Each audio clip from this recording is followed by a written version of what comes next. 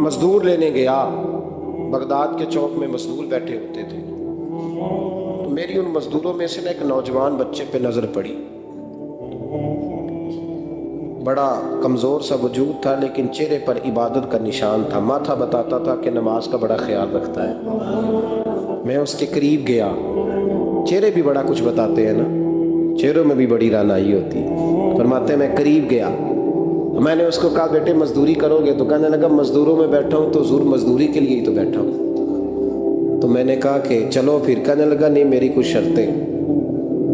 میں نے کہا بتاؤ؟ کہنے لگا پہلی شرط یہ ہے کہ لوگ 4 دینار دیہاڑی لیتے ہیں، میں 3 دینار لوں گا۔ میں نے کہا یار بھائی تو بڑی بہترین ہے، باقی بھی اس طرح کی رکھ لیں۔ اس نے کہا حضور دوسری شرط یہ ہے کہ میں آپ کی مکمل بات مانوں گا، لیکن جب اذان ہو جائے گی پھر آپ کی نہیں سنوں گا۔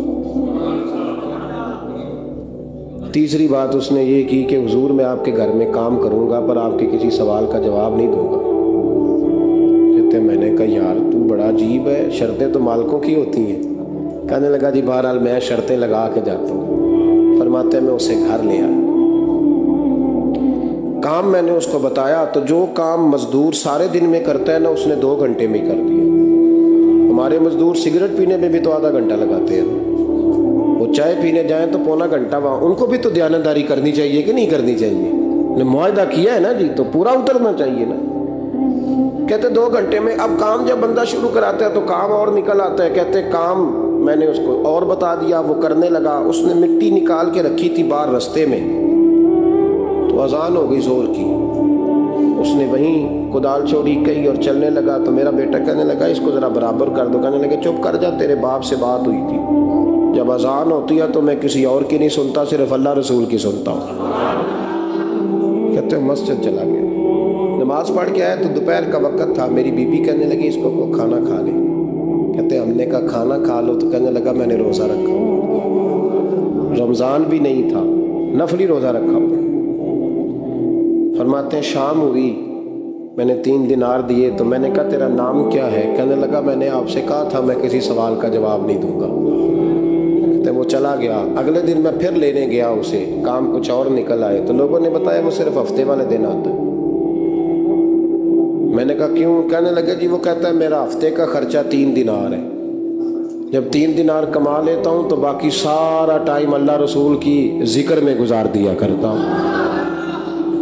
فرماتے ہیں عجیب۔ اگلے ہفتے میں پھر لینے گیا، میں نے پورا ہفتہ انتظار کیا کہ کام اسی سے کرانا ہے۔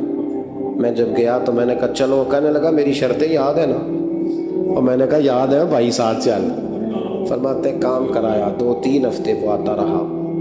ایک ہفتے میں گیا تو لوگوں نے کہا حضور آج نہیں آیا، کیوں؟ کہنے لگے بیمار ہو گئے۔ کہاں گھر ہے؟ کہنے لگے بغداد کے قبرستان کے پیچھے جو کچی آبادی ہے اس میں رہتا ہے۔ فرماتے میں گیا، دروازے پہ دستک دی تو کہنے لگا حضور آپ ہیں؟